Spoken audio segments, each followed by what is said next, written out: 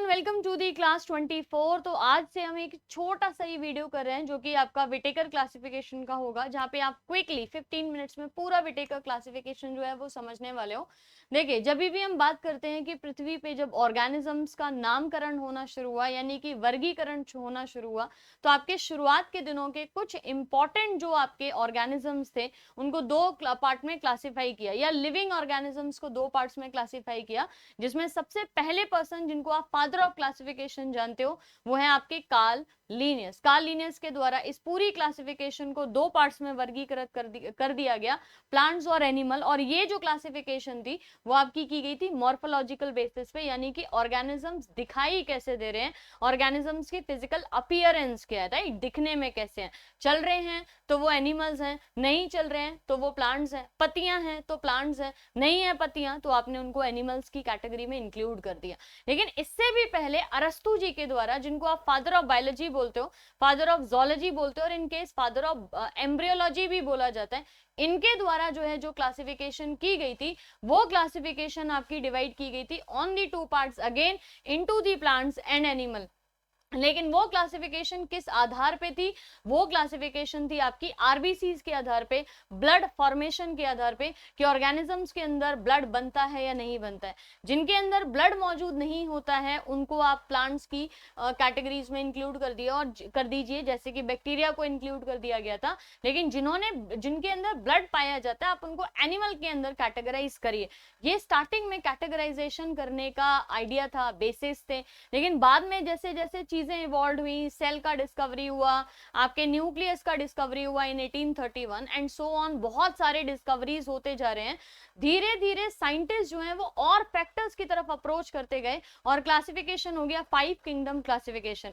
Whittaker की classification को 5 kingdom classification भी कहा जाता है, क्योंकि विटेकर जी के द्वारा जो क्लासिफिकेशन की गई थी, विटेकर साइंटिस्ट, बहुत इंपॉर्टेंट साइंटिस्ट, इनके द्वारा जो क्लासिफिकेशन की गई थी वो कुछ चीजों पे आधारित थी। जैसे मैं आपको बोलूं, यहाँ पे Robert Harding Whitaker, R H. Whitaker इनको हम बोलते हैं, 1920 से लेके 1980 का इनका पूरा टाइम पीरियड। और जहां तक मैं आपको इनके डिस्कवरी की बात बताऊं तो याद रखिएगा 1969 के अंदर ये बुक पब्लिश हो गई थी। 1959 के साथ इसके कुछ कंफ्यूजन्स होते हैं, पर याद रखिए 1959 में द वर्क स्टार्टेड, 1969 में पब्लिकेशन जो है वो पूरी तरीके से आपका अपडेट हो गया। विटेकर की क्लासिफिकेशन में मुनेरा पहला कैटेगरी रखा गया, दूसरा पार्ट था प्रोटिस्टा, तीसरा पार्ट थे प्लांट्स, तीसरे पार्ट आपके फंगस, चौथे पार्ट्स प्लांट्स, और पांचवें पार्ट जो है वो animal.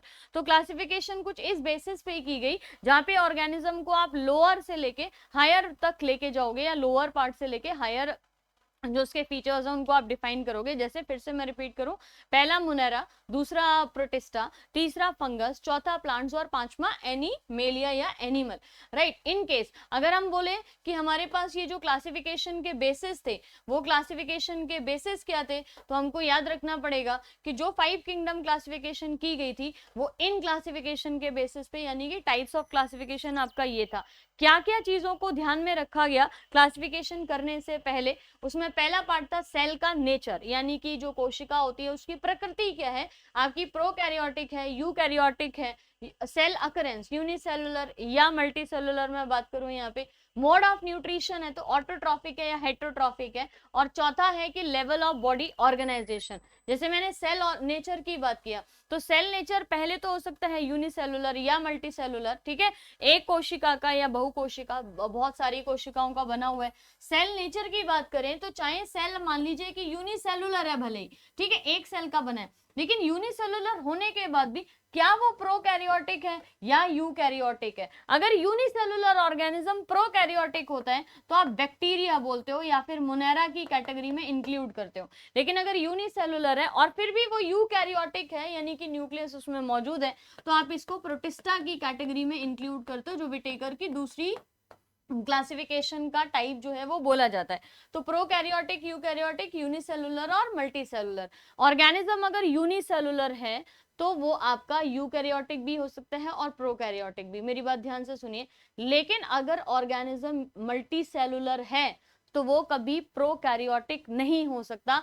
A multicellular organism can never be the prokaryotic, ठीक है, कभी भी प्रोकैरियोटिक यहाँ पे नहीं हो सकता है, याद रखिएगा ये चीज। तो एक हो गया सेल अकरेंस, कितने तरीके के सेल्स हैं, कितने सेल्स की संख्या है, यूनिसेलुलर और मल्टीसेलुलर, और दूसरा आपका हो गया प्रोकैरियोटिक और यूकैरियोटिक, है ना, केंद्रक है या नहीं है। मोड ऑफ न्यूट्रिशन की बात करते हैं तो ये विटेकर की क्लासिफिकेशन का सबसे महज इंपॉर्टेंट कहा जाता है कि सबसे इंपॉर्टेंट फीचर जो है वो मोड ऑफ न्यूट्रिशन ही था। देखिए न्यूट्रिशन कहने को दो प्रकार का हो सकता है कि ऑटोट्रॉफिक है या हेट्रोट्रॉफिक है। ऑटोट्रॉफिक बोला तो स्वपोषी हो गया, यानी कि वो लोग अपना खाना जो है वो खुद से बनाते हैं। ऑटोट्रॉफिक क्या हो गए, स्वपोषी हो गए, और हेट्रोट्रॉफिक क्या हो गए आपके, परापोषी। हेट्रोट्रॉफिक क्या हो गए, परापोषी। ऑटोट्रॉफिक का मतलब है जहां पे ऑर्गेनिज्म खुद से अपना भोजन बना रहा है। हेट्रोट्रॉफिक हो गया जहां पे भोजन दूसरों को दिया, दूसरों से लिया जा रहा है, यानी कि डिपेंडिंग ऑन दी अदर्स।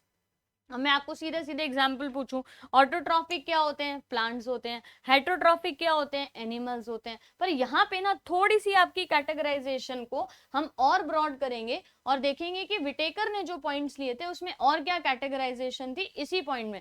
देखिए अगर ऑटोट्रॉफिक मोड है तो वो अपना खाना खुद से बना रहे हैं, दैट्स इट। और अगर वो अपना ऑटोट्रॉफिक मोड में यानी कि स्वपोषी अवस्था में खाना खुद से बना रहे हैं तो जो इंपॉर्टेंट फीचर रहा होगा वो रहा होगा क्लोरोफिल, यानी कि उनके अंदर पर्णहरित या हरित लवक जिसे कहते हैं, क्लोरोफिल जो है वो मौजूद है या नहीं है। लेकिन अगर मैं बात हेट्रोट्रॉफिक की करूं यानी कि परापोषी की करूं तो उसमें भी आपके पास तीन अलग अलग कंडीशन हो सकती हैं। सेप्रोफिटिक न्यूट्रिशन, जहां पे कोई भी ऑर्गेनिज्म किसी डेड और डिके चीजों पे यानी कि सड़ी गली और मृत चीजों के ऊपर निर्भर होता है, जैसे ईस्ट है, मशरूम है। इनफैक्ट अगर मैं सारे फंगस को इसी कैटेगरी में डालूं तो हम इंक्लूड कर सकते हैं, सारे के सारे कवक या सारे फंजाई जो है वो सेप्रोफिटिक होते हैं।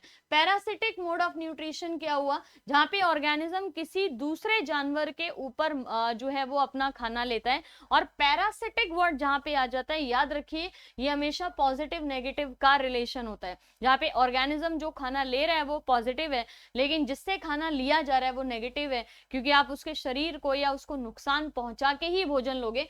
तो एक हो गया पैरासिटिक। पैरासिटिक को हम परजीवी कहते हैं। परजीवी जो है वो क्या हो गया, दूसरे जीव से अपना खाना लेना, उसको नुकसान पहुंचा के। सेप्रोफिटिक होता है मृतोपोषी, यानी कि मरी हुई चीजों से अपना खाना अगर कोई ऑर्गेनिज्म लेता है तो उसको हम मृतोपोषी कहते हैं। और होलोजोइक मोड ऑफ न्यूट्रिशन क्या हो गया, होलोजोइक मतलब पूरा, ठीक है, होल पूरा।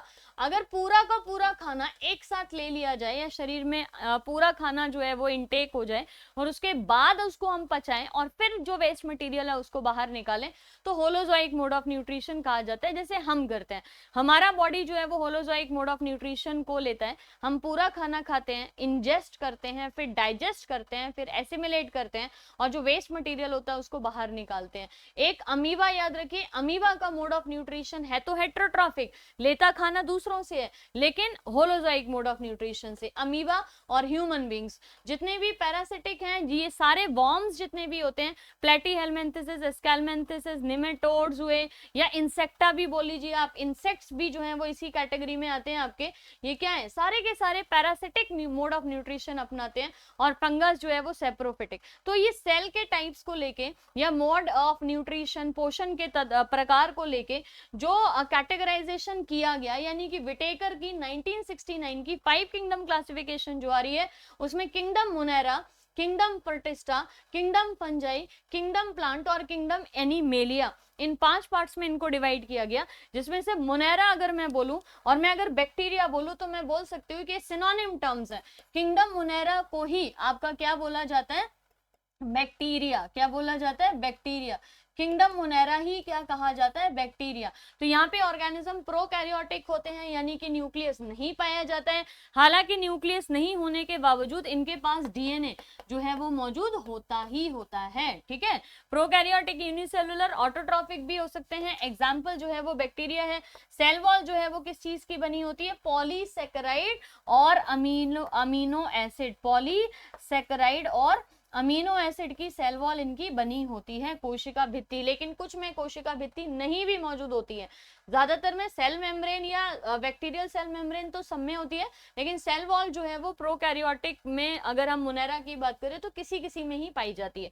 सेकेंड हो गया प्रोटिस्टा। प्रोटिस्टा, इसको एनिमल किंगडम जब हम पढ़ते हैं तो इसको प्रोटोजोआ के नाम से भी बोला जाता है। इसमें सारे वो जानवर आते हैं जो कि सिंगल सेल के हैं, एक ही सेल के बने हुए हैं, लेकिन इनका जो न्यूक्लियस है वो उनमें मौजूद होता है, तो आप इसे यूकैरियोटिक का जो है ना वो नाम दे दोगे। किंगडम फंजाई की बात करें, again saprophytic mode of nutrition, body बढ़िया मल्टी सेलुलर है, यूकैरियोटिक सेल्स हैं, यानी कि न्यूक्लियस जो है वो इनमें मौजूद होता है। किंगडम प्लांट, अच्छा फंगस में आपके पास अगैरिकस, पेनिसिलियम, एस्परजिलस, ये सारे एग्जाम्पल जो हैं, ईस्ट हो गया वो फंगस के एग्जाम्पल है। ईस्ट यहाँ पे एक अपवाद के रूप में जाना जाता है कि ईस्ट जो है वो क्या है यहाँ पे यूनिसेलुलर, क्या है यूनिसेलुलर।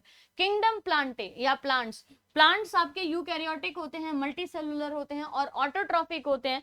किंगडम प्लांट्स के अंदर जो सेल वॉल होती है वो सेल्यूलोज की बनी होती है और ये धरती के प्रोड्यूसर्स होते हैं, यानी कि अगर धरती पे प्लांट खत्म हो जाए तो सरवाइव करना नामुमकिन हो जाएगा, क्योंकि आपके पास जो 85% प्लांट्स ओशियन में जो मौजूद है, समुद्र में जो मौजूद है, वही प्लांट्स जो है वो क्या कर रहे हैं, हमको ऑक्सीजन प्रोवाइड कर रहे हैं। तो आपकी मैक्सिमम ऑक्सीजन जो है वो धरती के अंदर पानी पे यानी कि समुद्र के नीचे से निकलती है। तो जिस दिन प्लांट्स खत्म, ये धरती जो है वो खत्म हो जाएगी। हालांकि धरती पे आने वाले पहले ऑर्गेनिज्म जो है वो बैक्टीरिया बोला जाता है। और लास्ट एनिमेलिया, जो कि आपके सबसे इंपॉर्टेंट फीचर बोले जाते हैं या इंपॉर्टेंट ऑर्गेनिज्म बोले जाते हैं। एनिमेलिया जो है ना, एनिमेलिया, किंगडम एनिमेलिया जिसको आप बोलते हो, मल्टी सेलुलर जीव है, एपेक्स बॉडी है। अगर मैं बोलूं कि इस पूरे क्लासिफिकेशन की शुरुआत बैक्टीरिया से करते हैं, तो बैक्टीरिया अगर 0.1 माइक्रोमीटर का सबसे छोटा जीव है, तो किंगडम एनिमेलिया एक ब्लू व्हेल के साथ इस धरती का सबसे भारी भरकम होने वाला जो जानवर है वो पाया जाता है, या एलिफेंट जिसे कहते हैं, अफ्रीकन एलिफेंट, जो इस धरती पे सबसे ज्यादा मौजूद है, वो आपका मौजूद होता है। यूकैरियोटिक, मल्टी सेलुलर, हेटेरोट्रॉफ्स और सेल वॉल जो है वो एब्सेंट होती है। यही प्लांट सेल और एनिमल सेल में सबसे बड़ा डिफरेंस है। तो विटेकर की क्लासिफिकेशन इन 5 पार्ट्स में डिवाइडेड थी, जहां पे हर एक पार्ट को आपको सेपरेटली जो है वो पढ़ना होगा, मोनेरा, प्रोटिस्टा, फंजाई, प्लांट और एनिमेलिया। तो आई गेस आपको जो मैंने समझाया वो समझ आ गया। किंगडम क्लासिफिकेशन जो है विटेकर का, वो सबसे इंपॉर्टेंट है। इसके ईयर्स, इसके टाइप्स, इसके एग्जाम्पल या बेसिस ऑफ क्लासिफिकेशन आपको एग्जाम्स में पूछे जाते हैं। होपफुली ये समझ आया होगा। ऐसी शॉर्ट वीडियो देखने के लिए आप क्लास 24 ज्वाइन कर सकते हैं, और यहाँ पे डिटेल्ड मेरा जो कोर्स है वो आपकी ऐप पे चल रहा है, तो ऐप पे जाके डिटेल कोर्स जो है वो भी आप ज्वाइन कर सकते हैं, जहाँ पे हम सब कुछ बिल्कुल डिटेल में पढ़ते हैं। Thank you so much.